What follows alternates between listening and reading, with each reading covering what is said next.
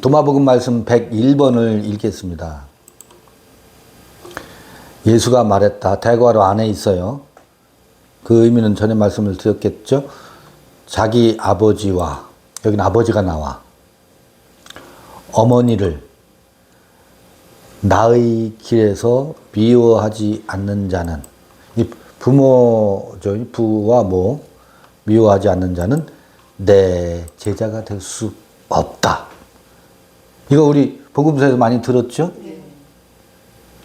많이 들었어요. 근데 두 번째 얘기는 도마복음에 나온 이 말씀 101번 두 번째 나오는 요 문장은 복음서에, 아니 성경에 없는 것은 아니에요.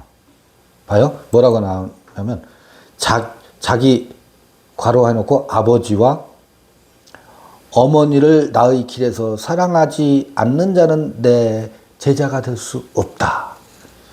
그러니까 지금 앞에 문장하고 뒤에 문장은 정반대 얘기잖아요. 아버지와 어머니를 나의 길에서 미워하지 않는 자는 내 제자가 될 수 없다 해놓고 두 번째 같은 말을 하는데 자기 아버지와 어머니를 나의 길에서 사랑하지 않는 자는 내 제자가 될 수 없다. 미워하라는 말이야, 하라는 말이야. 그런데 봐요.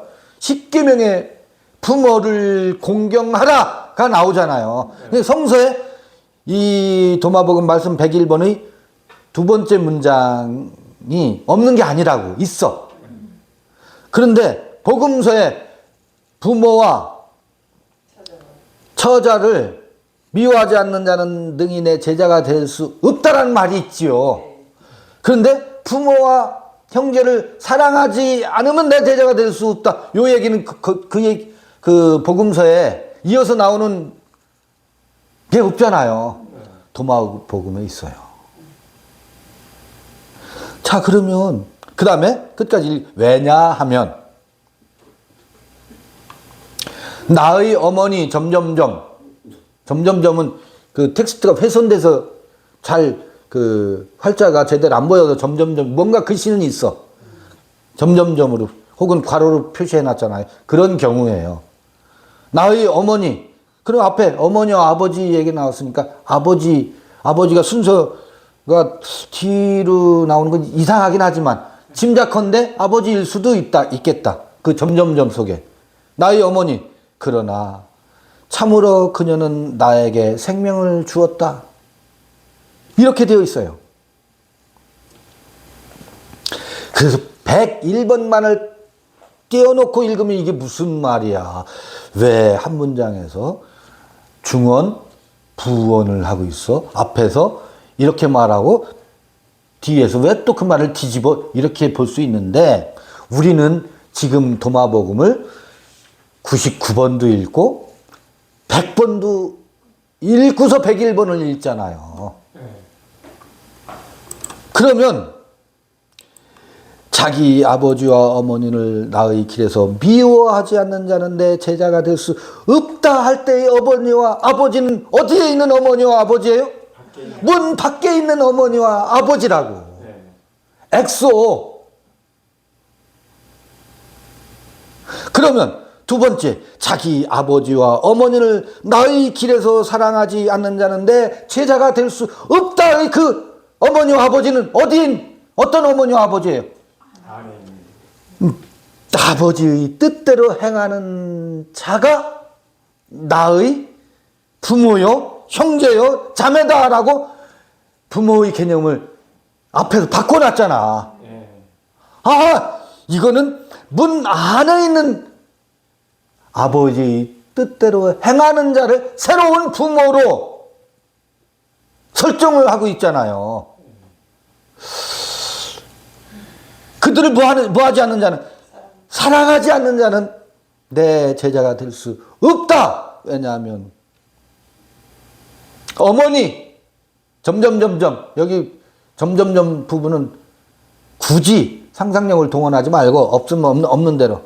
그러나 참으로 그녀는 나에게 생명을 주었다. 누가 나에게 생명을 주었어요? 어머니인데 그 어머니가 누구야? 누가 내 어머니면 모친이냐 하면서 아버지의 뜻대로 행하는 그가 나의 어머니요, 나의 모친이요, 형제다 그랬잖아요. 근데 제자들을 보면서 내가 이게 희한하지. 너희가 나의 어머니다. 너희가 나의 형제다. 너희가 나의 자매다 그런다고. 누가 내 어머니라고? 제자들 향해서 내 사랑하는 제자여가 아니라 내 어머니요, 내 형제요, 내 자매요. 족보가 완전히 희한한 족보가 만들어지고 있죠. 이게 무슨 이야기겠어요? 아까 우리 나의 것은 나에게, 아버지의 것은 아버지에게 하면서 11조 얘기를 했었잖아요. 예수의 제자들은 예수에게는 제자이면서 어머니라고. 예수를 비로소 예수 되게 하는, 예수를 예수로 새롭게 낳는 세상 임금으로 삼았다. 그 세상 임금을 떠나가게 하고 비로소 예수가 예수로 나아지게 하는 원천이 누구예요? 제자들이었다. 제자들과의 관계. 그래서 이 이야기를 보면, 겉으로 보면 제자인데 제자를 어머니처럼 모시고 있구나. 어머니로 여기고 있구나. 저기 뭐예요? 우리나라의 동락에서는 인내천이면서 시천주잖아요. 그래서 동학의 서로 동료들을 무엇으로 여기는지 아세요? 서로가 서로를 하느님으로 여긴다고. 하느님으로 섬긴다고. 아이고, 옛날에 반상이 엄격하고 주인과 종이 구분되는데 그게 아니다. 너희가 나의 아버지요 어미다. 너희가 하느님이다. 라고 했던 것과 유사하잖아요. 누가 내 어머니예요? 너희가 오늘 나를 새롭게 나 되게 하는, 나를 낳고 있는 나에게 새로운 생명을 불어넣어주는 어머니다. 이거 대단한 생명사상 아니에요? 제가 이거 패러디해서 말씀드려볼게요. 여러분이 아니면 제가 오늘 어떻게 이 텍스트를 놓고 여기에 담겨져 있는, 이게 이를테면 도마복음 악보잖아요. 오선지에 그려져 있는 콩나물 머리님이라고. 콩나물 대가리라고. 텍스트로 되어 있지만 보이지 않는 오선지에 그려져 있는 콩나물 대가리를 여러분들이 아니면 내가 어떻게 지금 이 텍스트를 읽으면서 연주를 하겠어요? 연주를 할 수 있게 나를 낳아주는 분이 여러분들 때문이라고. 그래서 여러분은 나를 낳되게 하는, 내 안에 생명의 울림을 울게 하는 어머니래요. 아멘. 그 어머니를 무하지 않으면, 사랑하지 않으면, 그 어머니를 무하지 않으면 그 아버지는 어떤 아버지? 여러분 속에 있는, 또 내 속에 있는 지성소의 하느님, 그 하나님이 나를 나 되게 하는 아버지라고. 그 아버지와 그 어머니를 뭐하지 않으면, 사랑하지 않으면 능인의 제자가 될 수 없다. 부모를 공경하라가 이 얘기예요. 부모를 공경하라는 얘기는 이 생명의 노래를 함께 부르는 원리가 거기에 숨어져 있다고. 십계명의 부모를 공경하라라고 하는 것이 단순히 육체의 효를 강조하는 얘기가 아니라고. 그 부모의 참된 의미는 바로 이 이야기라고. 그러나 문 밖에라는 게 뭐예요? 그게 그 로마서식으로 말하면 로마서 7장과 8장을 확연하게 나누는, 보이지 않는 뭐예요? 홍해거든. 그게 홍해가 뭐예요? 홍해가 문 밖에 있느냐, 문 안에 있느냐지. 우린 모두 사실은 문 밖에서 살아왔다고, 애굽에서 살아왔다고. 그래서 확연하게 문 밖에서, 처음의 집에서 살았다고. 두 번째 베이트에서 사는 게 아니고. 처음의 오이코스 집에서 살았다고. 그 두 번째 집. 아버지 집은 거할 곳이 많대요. 그런데 처소가 예비가 안 되었대. 그 처소란 어떤 처소에 두 번째 집이 예비가 안 되었다고. 첫 번째 집에 다들 머물러 있다고. 그건 문 바뀌고 외인이래. 아하, 그렇구나. 말씀 이 101번에 앞문장은 자기 아버지와 어머니를 나의 길에서 미워하지 않는 자는 내 제자가 될 수 없다라고 하는 것이 이거 있잖아요. 이게 오늘날 정신 분석학으로도 우리 지난번 저기 어디야 해남에 갔을 때 카발라와 생명나무 책을 소개할 때 설명을 드렸었잖아요. 그때 아버지 앞서서 누가 먼저 해요? 어머니는 뭐라고? 이게 어머니는 거울 단계의 자아를 형성하게 거울 단계의 상상계의 자아를 형성하는 원리가 어머니 원리였잖아요. 상상계의 나를 낳는다. 육신으로도 나를 낳았지만 정신의 나를 어머니의 품에서 안겨가지고 상상하면서 상상 속에서 나르시시즘에 빠져가지고 자기의 행복을 꿈꾸면서 자기의 자아상을 형성한다고. 그게 처음 어머니의 역할이라고. 그리고 아버지가 나를 낳는 이 아버지가 나를 낳는 방식을 어떤 방식으로 낳아요? 이제 사회에서 살 수 있도록, 사회라고 하는 것은 오늘날 정신 분석학이나 현대 그 언어 철학에서는 그 아버지의 세계를 무엇으로 말하냐면 상상계라고 않고 상징계로 설명을 한다고. 언어가 상징이기 때문에 정신 말로 일깨워주고 정신의 세계는 말의 은혜, 말이라고 하는 건 전부 상징 언어거든. 상징으로 우리의 의식의 세계를 낳는다고. 아버지 원리라고. 상징계에서 살아남으려고 상징계에 내 이름을 등재시키려고 하잖아요.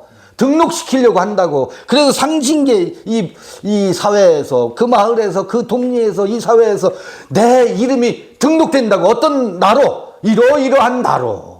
타자에 의해서 성공한 사람이네, 저 사람 된 사람이네, 타인이 지어주는 이름에 의해서 여기에 등록된 것이 뭐예요? 요게 상징계의 나인데, 요 상상계의 나, 요건 어머니가 나를 낳았지. 요건 누가 나를 낳았어? 아버지가 나를 낳았지. 그러니까 여기서 형성된 내가 뭐예요? 문 밖에 있는 나라고. 이 부모를 뭐하지 않으면, 미워하지 않으면 이게 나인 줄 알고, 이게 나르시즘에 빠져서 이게 나야 하는 그 나를 나로 여기고, 그게 어머니를 끌어안고 있는 거거든. 문 밖에 있는 어머니를 끌어안고 있는 거라고. 요거는 문 밖에 있는 아버지를 공경하고 있는 거라고. 이게 전부 다 사실 부모 공경이라고. 이게 어머니의 마음을, 아버지의 마음을, 이 부모를 부모를 공경하라를 여기에다가 포커스를 맞춰 놓고 있다고. 성서의 부모를 공경하라는 이게 아니라고. 이걸 뭐하라? 떠나라. 이 부모를 뭐하지 않으면, 미워하지 않으면 능히 내 제자가 될 수 없다. 이게 도마복음 101번의 앞에 문장이에요. 그러니까 오늘날의 정신 분석학이나 현대 철학의 이야기로도 이 도마복음 말씀 101번을 설명 가능하다고요. 이게 너를 속이는 거야. 이것도 너의 참 모습이 아니야. 이게 다 뭐다? 제가 하는 표현으로, 이게 다 타자에 의해서, 타자로 인해서, 타자를 위해서 형성하는, 그리고 그게 나다 하는, 그게 몽땅 타자, 자아다. 존재 자아가 아니다. 이게 제 설명 방식이잖아요. 이 세계를 뭐해라? 비유하지 않으면 능히 내 제자가 될 수 없다. 여기를 떠나서 새로운 어머니와 새로운 아버지, 이거를 바울은 아버지 양자래, 양자. 네, 양자라고 되어 있지만 그게 진짜 아들이라고, 진짜 나라고. 요거를 미워하고 이건 다 문 밖에 있는 거라고. 엑소, 문 밖에 있는 어머니요 아버지라고. 이게 처음 부모라고. 이 육신의 부모를 얘기하는 게 아니에요. 이게 가이사의 것이에요. 하나님의 형상이 아니라고. 이게 가이사의 형상이라고. 이것을 어떻게 하라고? 가이사에게 주고 내 것이 아니다. 그 다음에 이제 새로 어떤 아버지, 아니 지성소에 있는, 지성소는 어디? 우리 마음의 깊은 좌소에 있는 나. 숨겨져 있지만, 감추어져 있지만, 드러나 있지 않지만, 감춰져 있지만, 여기 지성소 지극히 거룩한, 지극한 곳에 있는, 우리 마음이 지극한 곳이 있거든요. 지고하고 지순한 자리에 있는 텅 빈 아무것도 아니지만 모든 것이고 없지만 있는 것, 없이 계신 진공묘유의 그 존재가 뭐다? 이거는 진공묘유가 아니에요. 여기를 떠나서 이것이 뭐다? 아버지구나. 이 아버지에 의해서 비로소 이 빛에 의해서 새롭게 태어난 나가 나여서, 그래서 이게 아들이라고 하는구나. 그리고 아버지라고 하고, 이것에 의해서 형성된 지극한 그 없이 계신 하나님에 의해서 새롭게 낳아진 나를 아들이라고 하고, 이것을 일컬어서, 이거 도마복음의 표현이에요. 아버지의 나라 혹은 왕국이라고 하는구나. 왕국이란 말은 뭐냐면, 여기는 주권이 누구에게 있느냐면 타자에게 있어. 나는 노예야, 종이야. 타인에게 주권이 있다고. 여기는 나의 주권이 회복된다고. 비로소 내가 나로 독립국이 비로소 펼쳐지잖아요. 이 이야기. 그래서 아버지의 나라 그런다고. 나라는 뭐예요? 영토가 있어야 되고, 국민이 있어야 되고, 주권이 있어야지.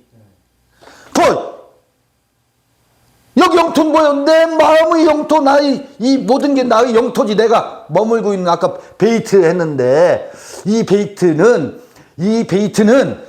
여기에서 형성된 베이트라고. 근데 속에 베이트가 하나 다시 형성돼. 겹자음, 이중자음, 중복자음이라고. 집이 하나 다시 태어났네? 아버지의 집은 거할 곳이 많다더니 이 집으로 다시 태어난 나라를 뭐라고 한다고? 아버지의 나라라고 도마복음은 계속 그걸 얘기한다고. 그래서 아버지의 나라예요. 주권이 회복됐어요. 그런데 이렇게 해서 여기 아버지 나왔죠. 근데 이 주권이 펼쳐지는, 이 주권을 주권되게 하는 이 생명의 세계를 아버지의 씨를 뿌리고 만나는 그들을 향해서 어머니라네.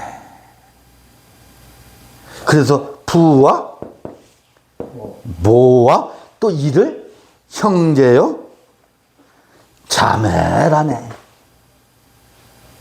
야,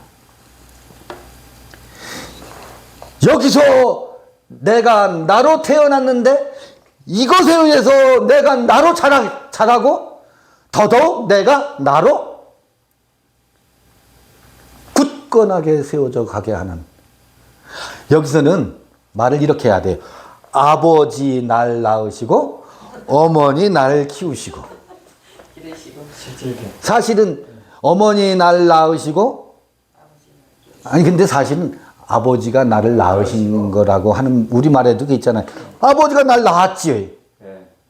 어머니가 나를 기르시고야. 이게 말이 바뀌었죠. 사실은 어머니의 자궁에서 태어났으니까 어머니가 나를 낳은 거잖아.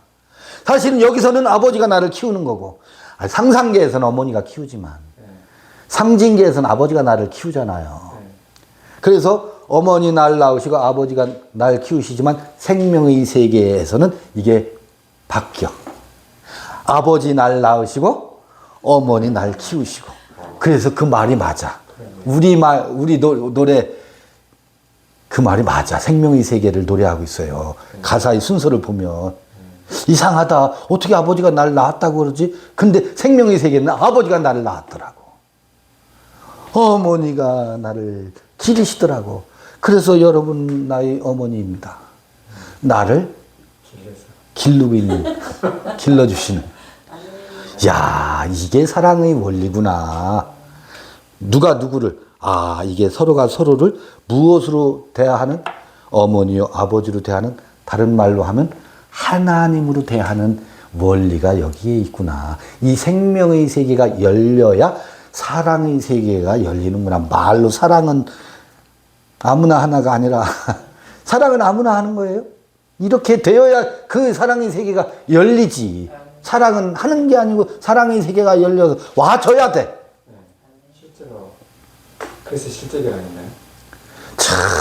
이게 실제계지. 상징계, 아니 상상계, 상징계를 넘어선 우리의 존재의 실제, 생명의 실제. 그런데 제가 유감스러운 게 있어요. 이쪽에 이렇게 이런 이론의 세계를 말하는 사람들이 실제계를 말하는데 실제계를 이렇게 도마복음이나 우리처럼 명확하게 설명을 못해요. 실제계를 말해요. 근데 실제계가 이 사람들에게 모호해. 늘 모호해서 상상계와 상징계 중간 어디쯤 실제계를 얼버무리고 있더라고. 얼버무리고 있어. 근데 저는 여기를 깊이 전공하지 않았기 때문에 이건 깊이 들어가면 굉장히 복잡하거든요. 무슨 소리를 하는지 알아듣지 못해. 이 정신분석학의 세계에 들어가면, 깊이 들어가면 미로에 빠지기 쉬워요.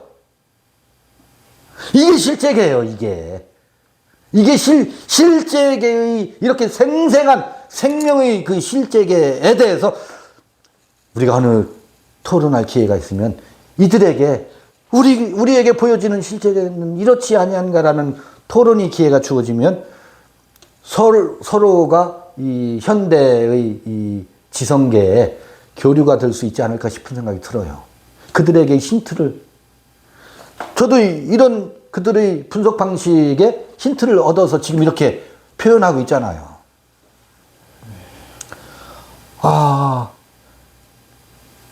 도마복음 말씀 100일 얼마나 귀한 말씀이에요. 얼마나 소중해. 그녀는 나에게 생명을 주었다. 이거를 한꺼풀 그 깊이에서 들여다보면 박수 쳐야지. 그렇지. 아멘이다. 그렇구나. 요걸로 101번 마쳤습니다.